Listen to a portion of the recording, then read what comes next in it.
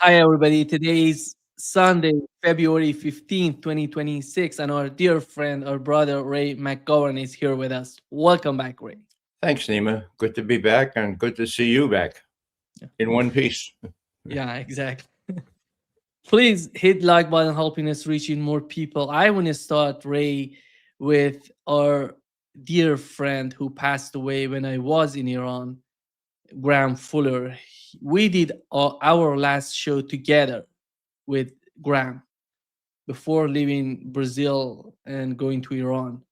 And I want to play a short clip of what he said in the last show we had together. The other thing is, um, Putin clearly understands that Trump has to have some face saving way out of this total collapse in Ukraine. Zelensky's finished. I mean, he can go to Rome or, wherever, Puerto Rico. Maybe he's going to go to Israel. Very possibly. Very To join possibly. his business partner. To join his business partner. Very possibly. Makes full real sense. But at some point, I mean, I've always been thinking about this. How does Putin help Trump save face in a catastrophic defeat?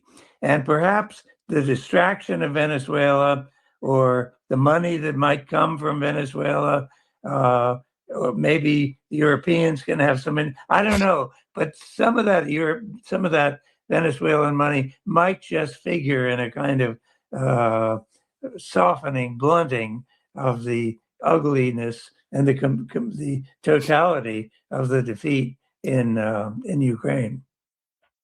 Yeah. Yeah. He's not among us anymore, Ray.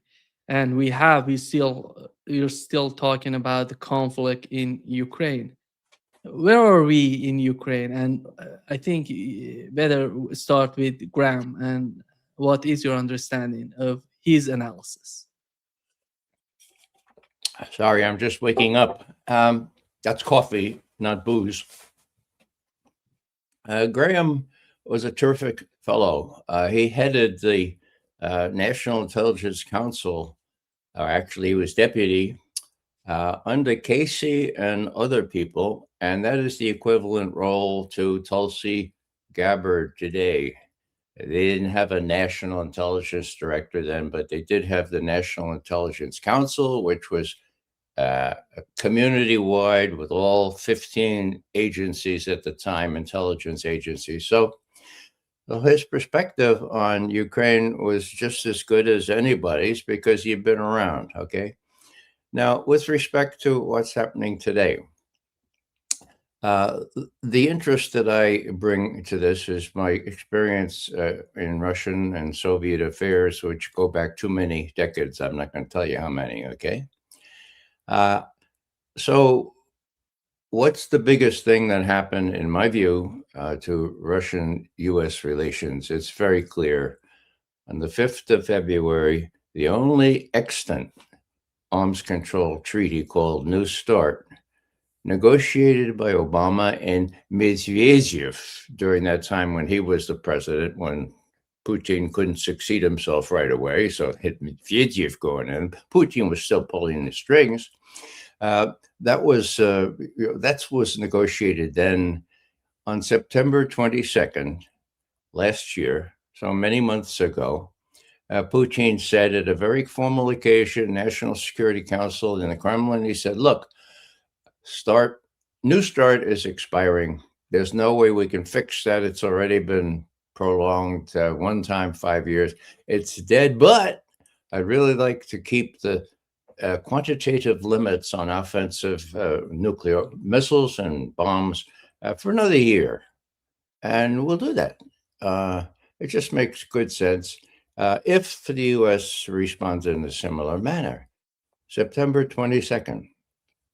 Okay, as February 5th approached, everybody and his brother, who is important in Russia, you have Lavrov, you have Ryabkov, his deputy, you have Peskov, the presidential spokesman, and most important, you have Medvedev himself pushed out in front into the Russian media saying, look, we only have 3 more days. Oh, no, no, 2 more days. Medvedev, 1 more day, but there's still time. And then there's no response, public response from Trump. That dwarfs all the other aspects, including Ukraine. If Putin cannot get Trump to agree to the simple fact of saying, okay, no new negotiations, no new discussions. All Trump had to say was, okay. Or he could have said that in the private channels, okay. And then it could have been announced. Okay, he couldn't do that. Now, why was that? Well, there are lots of people in the Kremlin say, look, for God's sake, you think you can rely on Trump? I mean, he doesn't really want progress in U.S. Soviet relations. Or the others will say, we think he would like to wind up Ukraine and other things and have a better relationship, but he's not his own man. It's clear that he can't do this because billions and billions and billions made and earned, not earned, but made by these same people that are in the Epstein files, okay?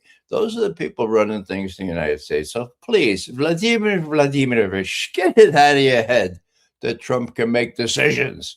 Now, that's big, of course, because it affects how they look at Ukraine and what Trump might be able to do in terms of, well, putting, as I've said before, lipstick on the pig of defeat that is inevitable in the next couple of months, actually, the military defeat, okay? And so why are the Russians, despite that, and despite their harder line, because of that, Lavrov has talked for the next 3 days after the 5th about how the Americans don't live up to their word. They lie a lot. They promised us not to enlarge NATO, and boom, boom, boom, boom, and he's got the material. Okay, so then why? Oh, then what happened? Oh, then there was a swarm of drones that tried to hit the president's or the state institute near Valdai. Okay, people say, "Oh my God, they tried to kill Putin."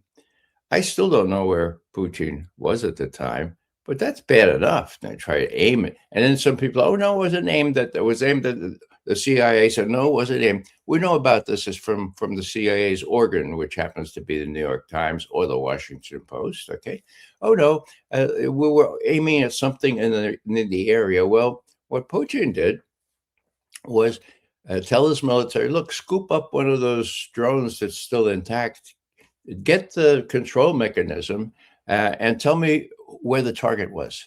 And the target was boom, right on the state property there near Valdai. Okay. And Putin says, okay, what technology is used there? Now, here I differ with the experts. As Scott Ritter says, that technology is directly traced to CIA. It's Palantir or something. It's got to be CIA. So you have CIA trying to assassinate Putin just when all this is coming to a head. Well, I asked, we had Scott's a great friend, and he's a fount of knowledge on these things. So I asked him, Scott, are you 100% sure? Well, that's my take. I said, Scott, couldn't that be NATO technology? Might not the Brits have this stuff? And he said, well, no, I think this is so. So he said, look, let's just agree to disagree. Your take is that, my take is that. It's not 100%. Well, what did this piece of technology retrieved from a drone that survived or was shut down pretty much intact? What did it show? We don't know. But what happened? It was delivered to the defense attaché in Embassy Moscow, and then it was flown back to Washington and given to our intelligence community and our military. And what were their instructions? I hope their instructions were find out if the Russians, if this was done specifically by CIA. Now, who would be examining this?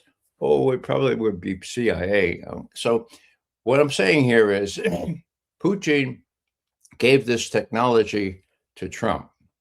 I think I think he knew whether it could be directly traced back to the CIA or whether it was a NATO sort of generic sort of thing. In any case, what happened? Nothing.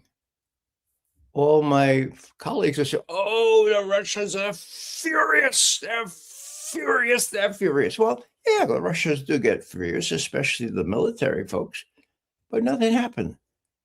They've had these Abu Dhabi talks, and indeed, in Tuesday, Wednesday of next week, they'll have more Abu Dhabi talks, three level talks, agreed to.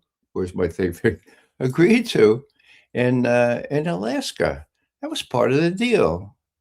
No immediate ceasefire, and you get Zelensky, you U.S. get Zelensky, and the Europeans not to screw up anymore, and we get real talk, so we'll figure this thing out. Well, the Europeans and Zelensky screwed up, or screwed the whole thing up, and that's what you hear Lavrov say.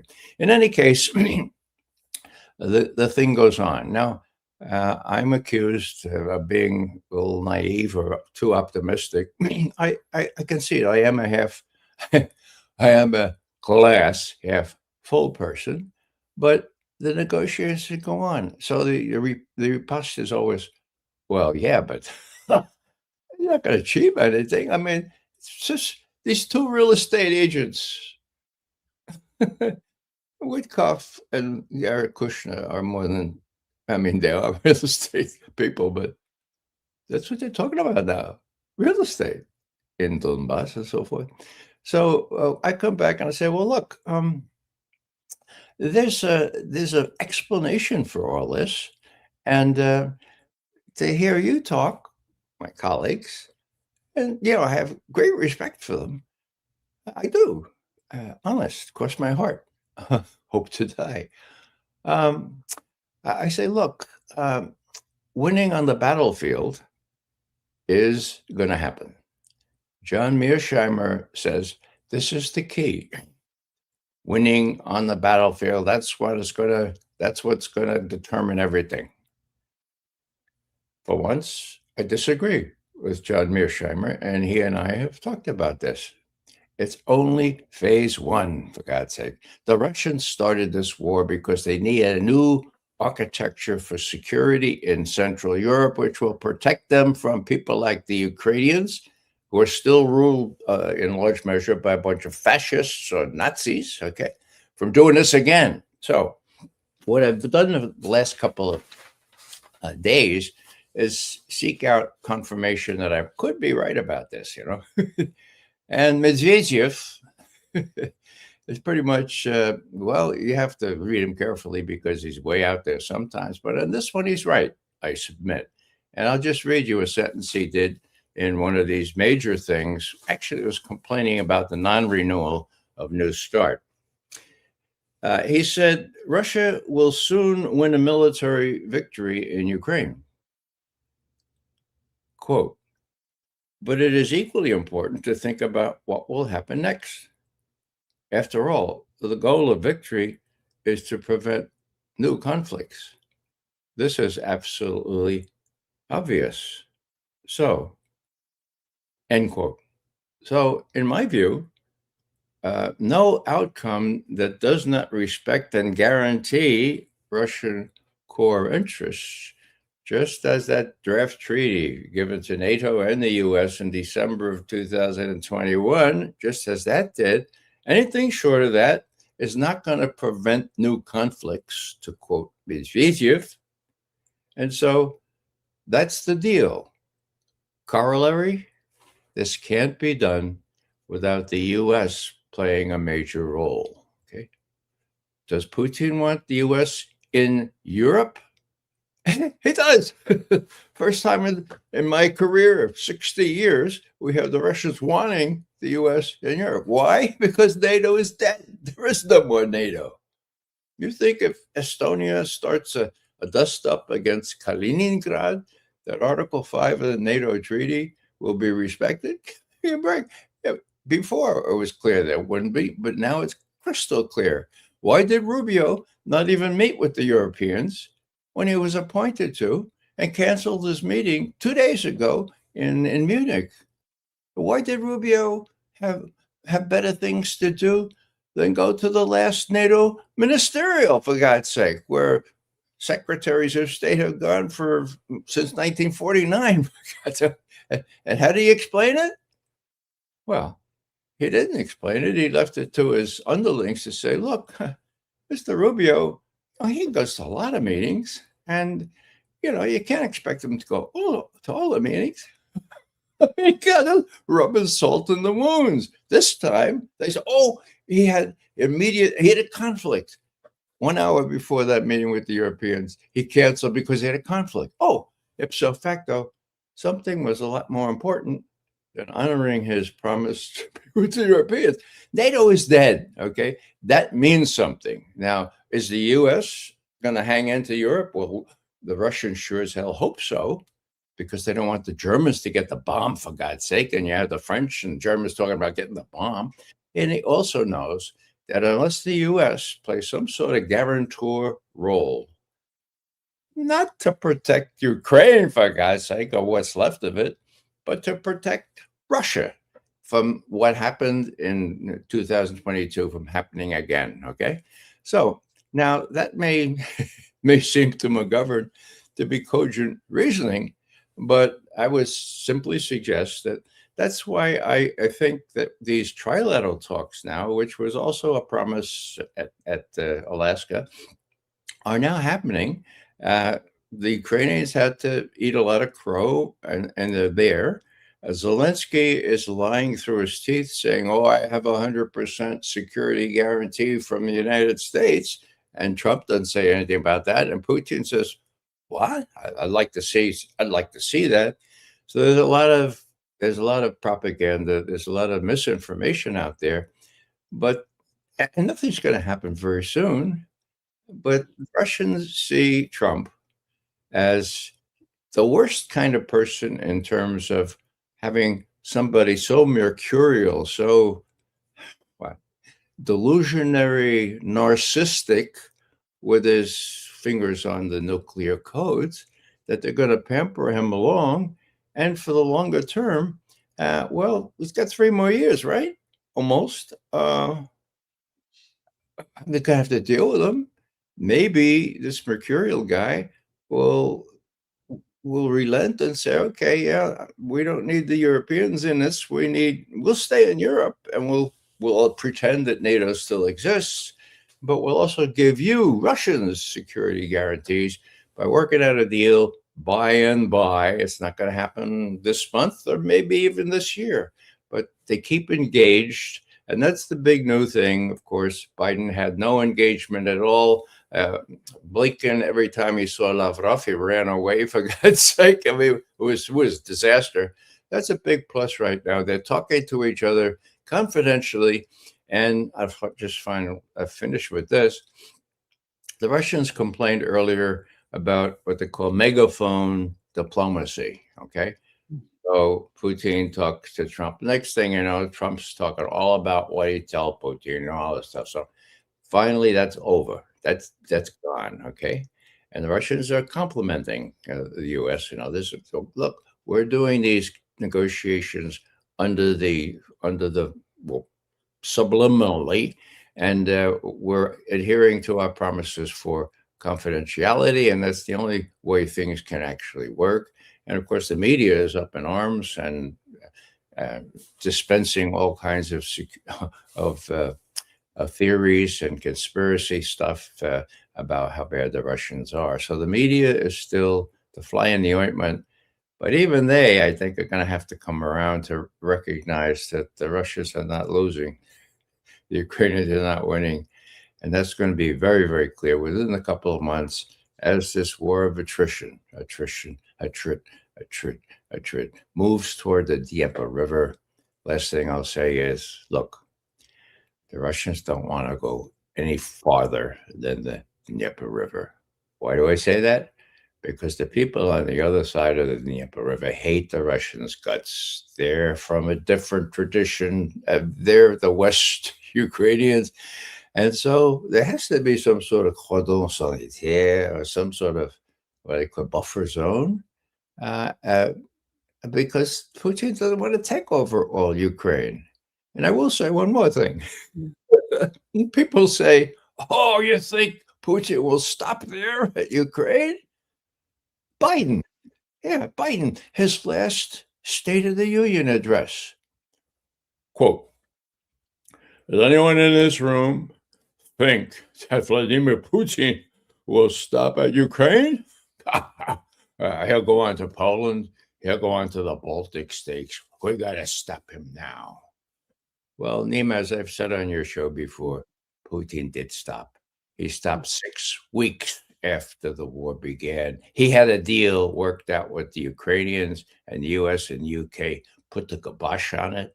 Then he had Minsk. He was deceived twice on Minsk, and that is admitted to by the heads of Germany and France. And so this time, he's not going to settle for anything less than full military victory up to the point where he wants to go, and then some side of a deal that will prevent him from having to go even farther. He does not want to get involved in his own Vietnam, and he's a sensible guy not to want that. Yeah. Ray, looking at what Europeans said at the Munich Security Conference, Sikorsky, Merz, Chancellor of Germany, they're so much hawkish about the conflict in Ukraine. They want some sort of escalation. Even in Germany, they're talking about the drone production going to Germany, preparing together with Ukrainians. Do you think that Europe still, in the face of deciding what would be the future with Russia, what is the future? Because somehow you see double sort of voices coming out of Europe. You see, on one side, some Europeans say that we have to start talking with Russians. On the other hand, you see some sort of hawkish policies toward Russia. Where is Europe today? Well, let's take Merz, Kanzler Merz in Germany. A month ago, he said, look at the map. Russia is part of Europe. Russia is part of Europe. So maybe we ought to, maybe we ought to recognize that and deal with Russia. The next 3 times he spoke, he's talking about there's going to be war. We got to be prepared. It's only going to be in 3 years now, so we have time. Does he have some sort of a sotto voce agreement with Putin that Putin will hold off for 3 years until the Europeans are ready? My God. So Merz is a loose cannon, okay? He doesn't know diddly about realpolitik. And it's just a matter of time, in my view, before the Germans are saying, well, wait a second now. We've been watching Nima, for example, and Nima's guests are saying that Russia is not a Drohung. Is not a real threatening thing to Europe or to the United States, to anybody else. They want to be left alone, like the Chinese, okay? So why do we cut back our social welfare programs, lose our jobs? Why do we do this for something that doesn't exist? In other words, maybe they'll realize that the Soviet Union fell apart around 1989, 1990, and that the successor regime, if you want to call it, has no intention to bury the West, has no intention to convert the West to communism. That's the paradigm out of which Joe Biden was working. And to the degree that Sullivan and Blinken were compass mentis, they acted at the same. The paradigm is different now. Europe is suffering economically. They have no military capability right now. I'm reminded of Stalin's remark during World War II. Somebody said, well, the Vatican is against what you're doing. They might even speak out because and Stalin's famous remark was, how many divisions does the Pope have? How many divisions does the Pope have? How many divisions does Europe have? Even Putin himself, this is about 4 weeks ago, saw fit to say, look, Europe is nothing from a military point of view without the United States, okay? So all these pretensions about what they're going to do, they can't do it without the United States.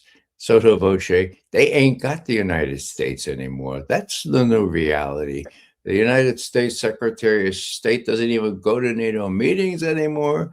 As you probably remember, I predicted back during the last NATO summit that the next one in Tirana eh, is not going to happen. I stand by that prediction. NATO is finished, and well, that's about all you need to say on that, because the Russians do not think that NATO is a real threat, unless, my God, when I see that for the French saying, "Oh, look, we have this nuclear weapon, let's share it with the Germans." Let's share it with the Germans. My God, I think if the Russians see any real progress toward that aim, they're going to weigh in heavily with the U.S. in the first instance, because there is a working relationship with the U.S., and Trump has instituted that. Even Lavrov, in his most hard-hitting speeches, concedes that Trump is a hell of a lot better in terms of uh, working relationships and ties and ability to speak. I think he and Trump and Putin have spoken, I think, about 7 or 8 times already now that we know of. And of course, there have been other major meetings, 7 between Witkoff and Putin. Now, just finish with this. When people say that's wasted effort, or they used to say those 28 points, they're dead on arrival. And then all of a sudden, Witkoff and Kushner arrive at 11 o'clock in the evening in the Kremlin, and for the next 5 hours, Putin reviews the 28 points. He later is interviewed on Russian TV, and I said, "Well, what was that like?" He said, "Oh my God, that was too long. It was too long. I was like, oh, it's too long." But we covered almost every one of those 28 points. So, look, what I say is, uh, recognize reality. Recognize the fact that Putin is a hell of a lot smarter than I am, even than you are, Nima, and especially than some of my colleagues are. So to say that this is dead on arrival or this is never going to work, there are reasons Putin is doing this, and that Trump stays engaged. So let's see how it plays out. Don't expect progress this month or next month, but those things continue according to the spirit of Anchorage, which is not yet totally dead. Ray, the other part of the conflict, considering the foreign policy of the United States, is what's going on in the West Asia around Iran. The United States building up military around Iran and trying to put pressure economically, militarily, socially, in each and every way, each in and every way possible, to put to put the government under some sort of tremendous pressure. But on the other hand, you see uh, Israel as well, the role of Israel. Benjamin Netanyahu, every time, you have some sort of discussions between or negotiations between Iran and the United States, you see the negotiators calling, Steve Witkoff and Jared Kushner going to Israel before the negotiations. And after the negotiation, you see they're talking to Netanyahu. Then Netanyahu goes to the United States, coordinating everything. Do you see the war coming between the Iran and the United States? Because on one hand, when you logically look at the situation right now, the last thing the United States needs is a new war in the Middle East. The very, very last thing. Because that's not going to be a quick war. That's going to be a war of attrition, something like what we're witnessing for more than 4 years in Ukraine. And how do you see the situation, the escalation in the Middle East? I'm glad you asked. It would be really bad luck, a bad look, as they say these days, a bad look to be engaged in a war with Iran as the midterm elections approach.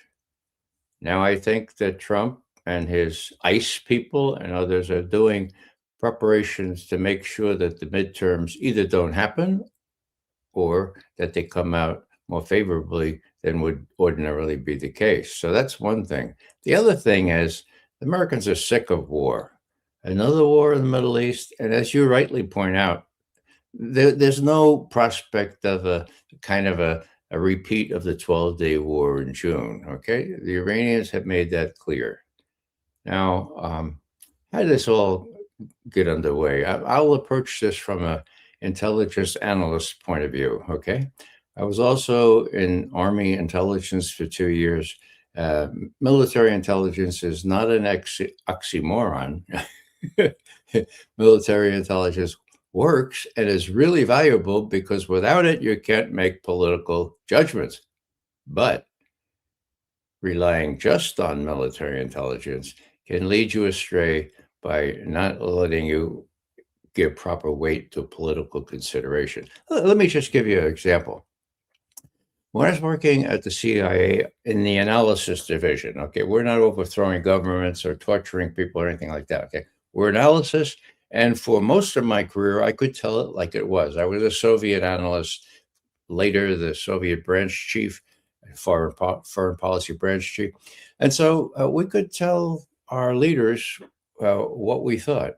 Now, when Casey and Bobby Gates came in, well, our leaders said, "Well, no, the Russians are really bad. They can't be trusted, and you don't even think you could do arms control with them." Well, there were some of us that got through to people like Secretary Schultz, like Vice President George H.W. Bush, and long story short, they were able to persuade Reagan that we, the minority, the dissidents in the CIA, were right, that it was possible to negotiate with Gorbachev. Matter of fact, a little story I have is teaching George H.W. Bush, vice president, how to pronounce Gorbachev. Okay. Maybe this would work. He says to me, Ray, yeah, Gorbachev. Everybody says Gorbachev. How do right? You know Russian. You taught Russian. How do you say it? So it's easy, Mr. Vice President. Say garbage. Now say off. Now pronounce off as the accented part and say them together. Gorbachev. You got it, Mr. Vice President. It's Gorbachev. Now I can explain the orthography of why it is that unaccented E becomes your at the end. But look, you got it. Yeah, I don't need any more. Gorbachev. He was the only one to get it right. Reagan tried, but he kept saying Gorbachev. So anyhow, Vice President Bush was persuadable. I know him from when he was at the CIA for that year in '75. Okay, I used to brief him then on different things. So they worked their way on Reagan, and so from the evil empire, within a year, we had the Intermediate Nuclear Forces Treaty, for God's sake, eliminating a whole class of intermediate and shorter range nuclear weapons. I never thought that would be possible, but it did. They were destroyed in place, and my friend Scott Ritter was the first one on the ground to verify in this god-awful place called Vatkinsk in the Ural Mountains to verify that they were being destroyed. So all I'm saying here is that you need both. You need people who look at things in a wider perspective. Organizationally, in those days, I worked in the Office of Current Intelligence. That was pretty much political intelligence. Did we need military? Did we need economic input? Of course we did. That was a separate office. The Office of Economic Research and the Office of Strategic Research. The strategic research guys did the military analysis, the economics, probably. Okay. So where did it come together? Well, it came together with the front office, the head of the Department of Deputy Director for Intelligence is what we called it. And he would have to say, okay, what do you think? Okay, what do you think? And we had free reign to say and then he would decide which the most cogent analysis was. One time it worked out this way. We had evidence that the Chinese during Vietnam were preventing Soviet weaponry from getting through China into Vietnam to support the National Liberation Movement and Ho Chi Minh. Now, we got that intelligence from very technical means, okay? And I said, my God, if there's anything shows that the Chinese and the Russians hate each other and will not even cooperate in supporting their ideological partner, well, it's this. The Chinese analyst said, no, that could never happen. The Chinese would never, never, ever, ever do that. Well, finally, we had even more conclusive information. Aircraft were not being allowed to depart places just above China and the Soviet Union. So there's this friction, but the friction can get resolved at this highest level. Now, on Vietnam, a similar thing happened. My colleague, Sam Adams, was given Sam Adams, by the way, was in the same junior officer trainee program as Graham Fuller and I. So he was the real deal. He was out of Harvard. He went to Harvard Law School, didn't like studying law, so came down to be with people who were in this new CIA. Now, he counted up the number of Vietnamese communists under arms. That hadn't been done before. We're talking 1964 when we each got our portfolios. Mine was Russia and China, Russia and the rest of the communist movement. His was Vietnam. Count them up, Sam. See how many there are. We haven't had an estimate since the French left in 1954. So we get into a war with that kind of, well, long story short, Sam counted up 500 to 600,000 Vietnamese under arms in the South, okay? Oh, General Westmoreland, he would only permit 299,000 to be. Sounds crazy, right? I said to Sam one time, Sam, when a general is at war, don't they tend to exaggerate the number of the enemy rather than minimize them? And he said, Ray, you have to understand. The reporters in Saigon, they're not the brightest guys in the world, but they can do arithmetic, okay? And we've been killing 1,000 VC every 2 weeks here, and they can add up the figures. And if all of a sudden we said, oh, no, there are 500 or 600, oh, Westmoreland would not be able to get more troops, okay? And so that's what, oh, he says, Ray, this was the 20th of August, 1967. He says, Ray, a cable came in from General Abrams, who was Westmoreland's deputy. And this cable stated, and I quote, because it's been revealed now, quote, we cannot reveal the real numbers that Adams and others come up with because we have been projecting a vision of progress in this war. And there is no way that we could adduce enough caveats to avoid the press in Saigon from drawing an erroneous, gloomy conclusion, period, end quote.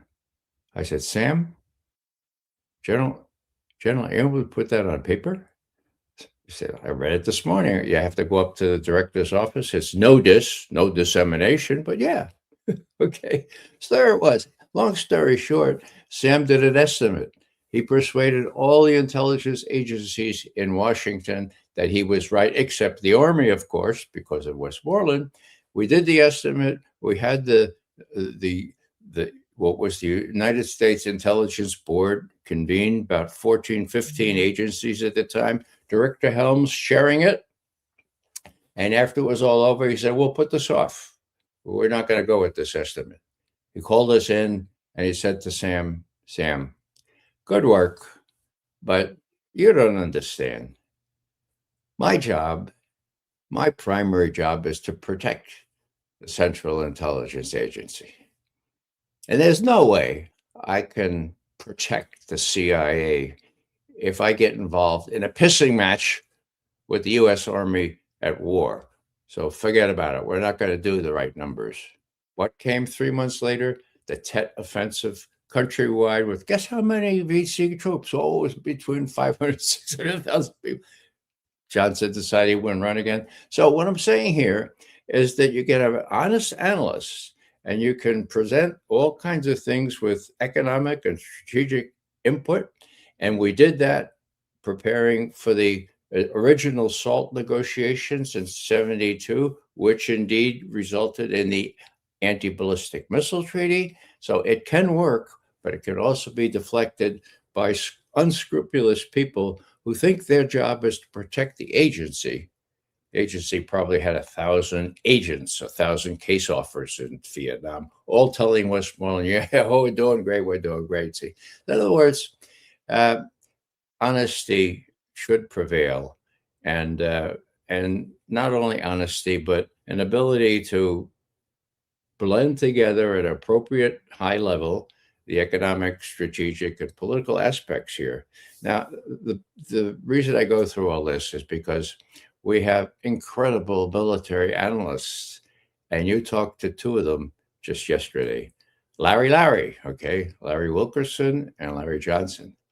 The wealth of detail they came up with the balance of forces in outside Iran and inside Iran is incredible, okay? And military intelligence is a sine qua non to make good judgments. But you have to sort of look back at the past, not so distant past in this case. What happened in June?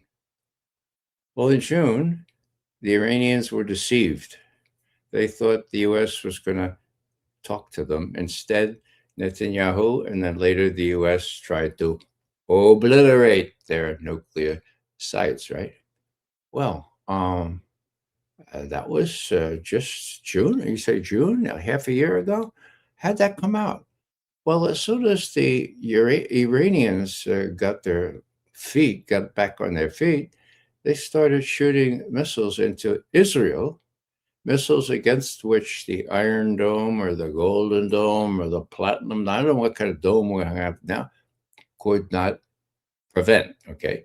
The Patriot missiles, those missiles got through to very sensitive. These things fly at 10 to 12 times the speed of sound.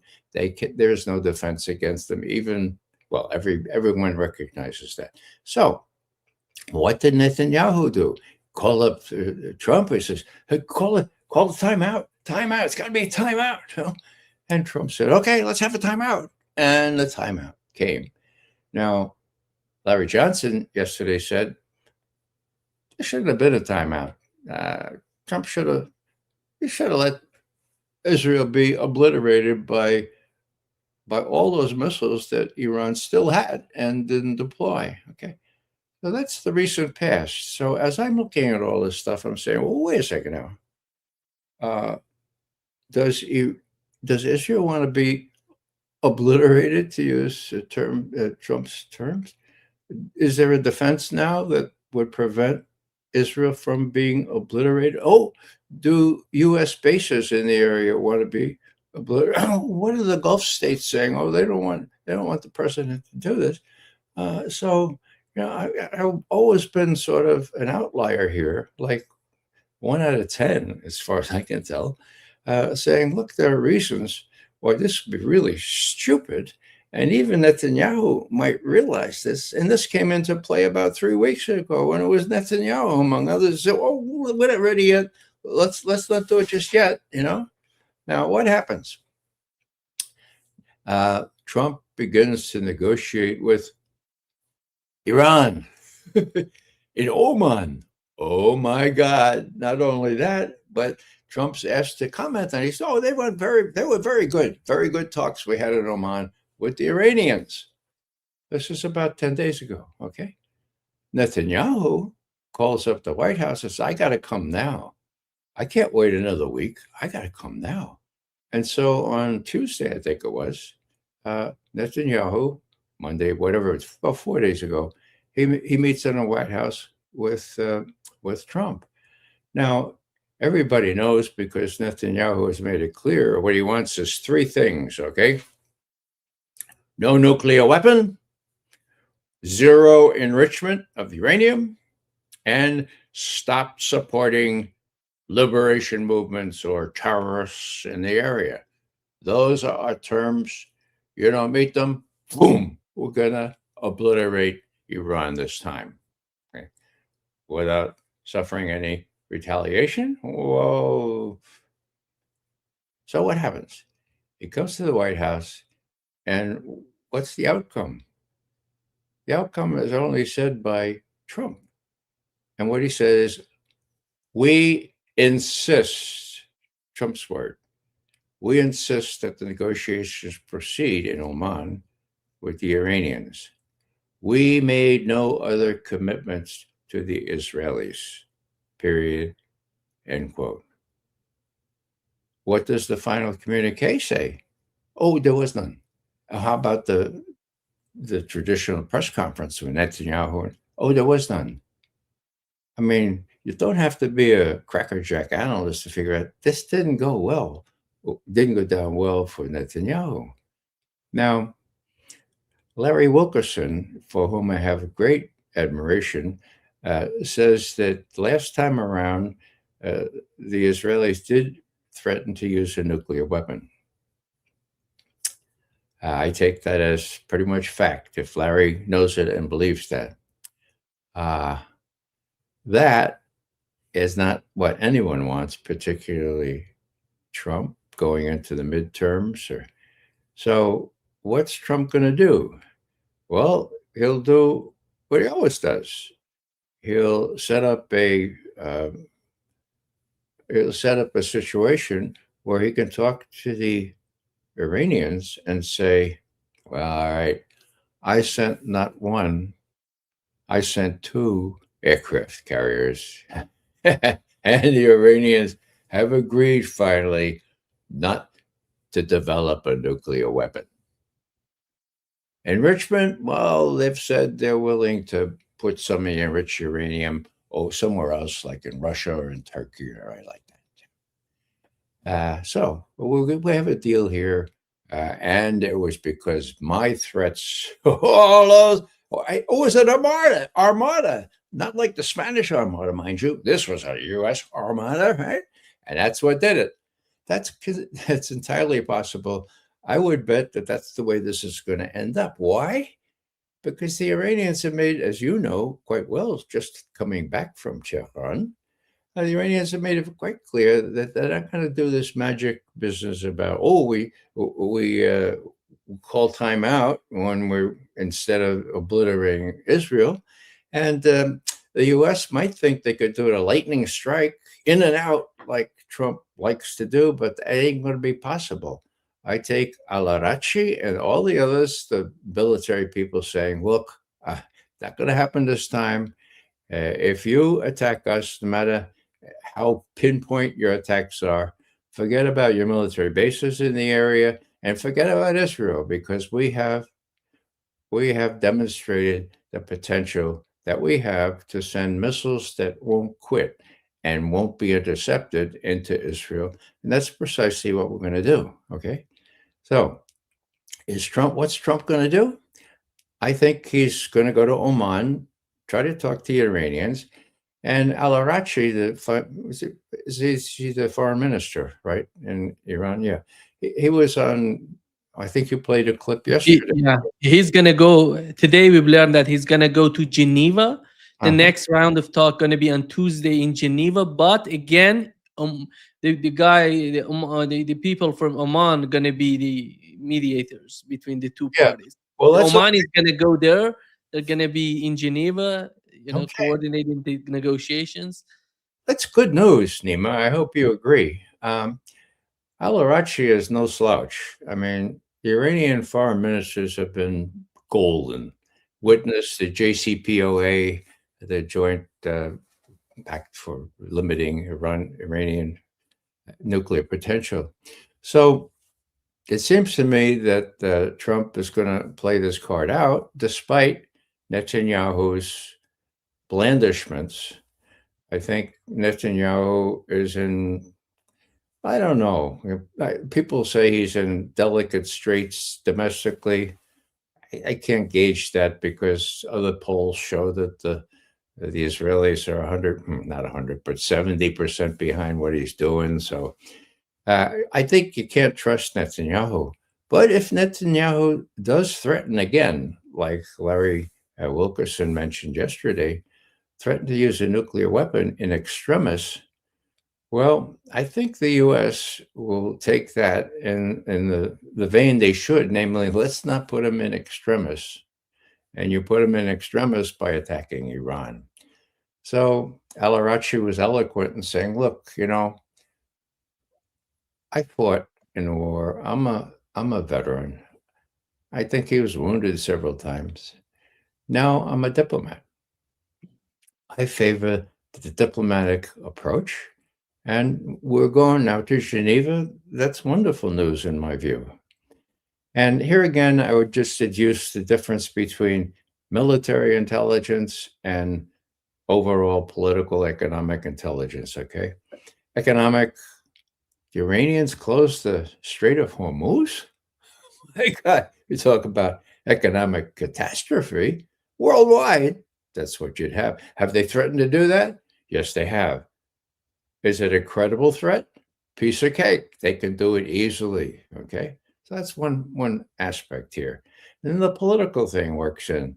Does Trump want to be involved in a war? It's not going to be a short-term war with Iran when the midterms are coming up. And last but not least, Epstein files. Now, Trump is in what we used to call he's in deep kimchi, if you will. Why?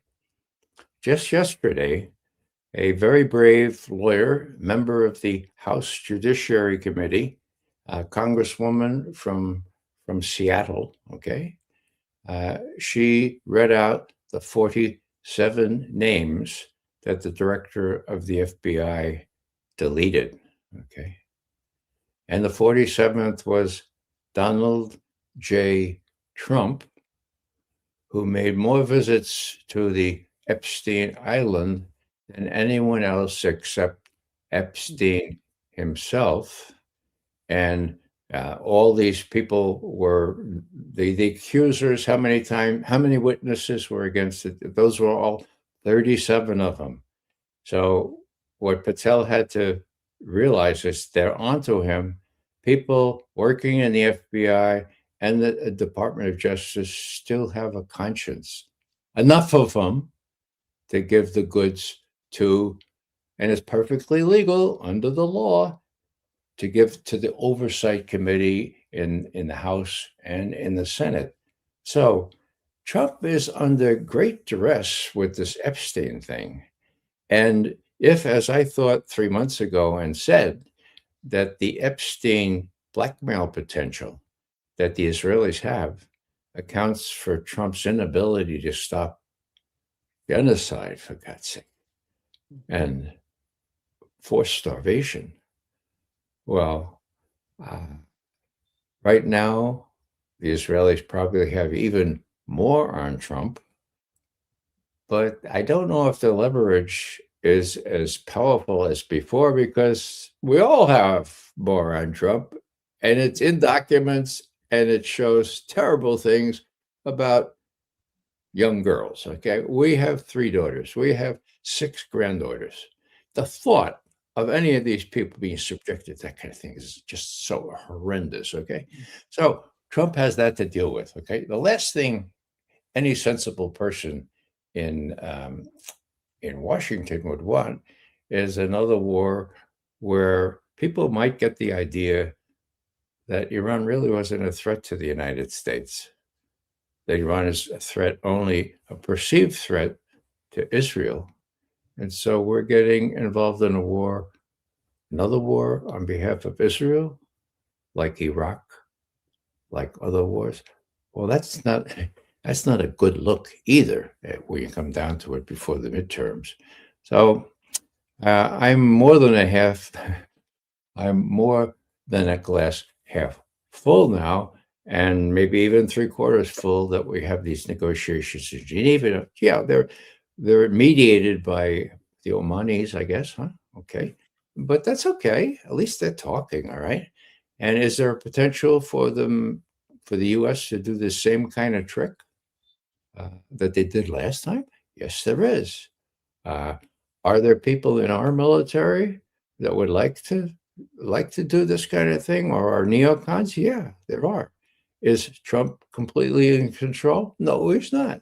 So it is a tinderbox, but I've been always more hopeful that good sense and the experience of June during the 12-day war would eventually sink in. And just lastly, the way I see that going down is that after the war in June, uh, Trump says to the CIA, can you mount an insurrection, overthrow the government in Tehran? And the CIA says, as tradition, yes, sir, of course we can. We did that in 1953. The British helped us. We'll just dust off the files and we'll figure out how to do it. No problem. And so they try it. And what happens?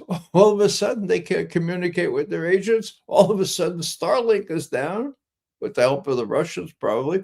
All of a sudden, the insurrection, so called, peters out.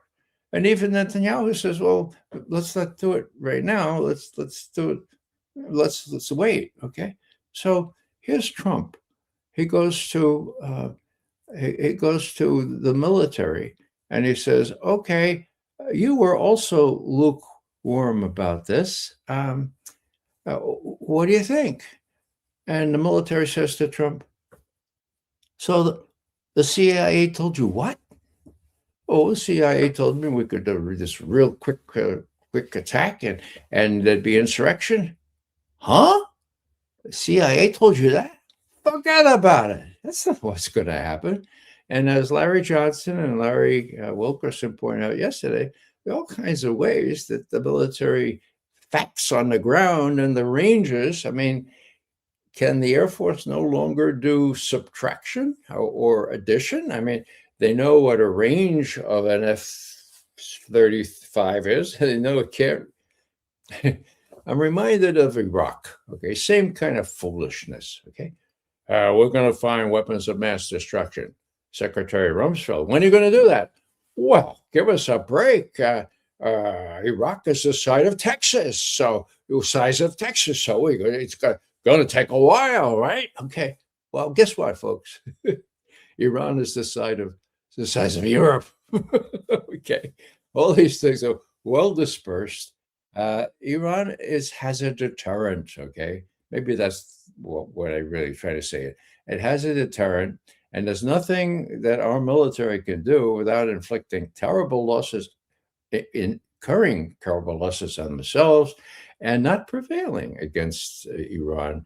And as a side effect, suffering the destruction of Israel, if not in toto, then majorly. And so, ironically, and maybe somebody told us to Trump, it looks like Palestine is going to have its state from the river to the sea, because Israel will be obliterated, to use that term again. Yeah. Thank you so much, Ray, for being with us today. Great pleasure, as always. Well, thank you, Nima, for coming back. And see you soon.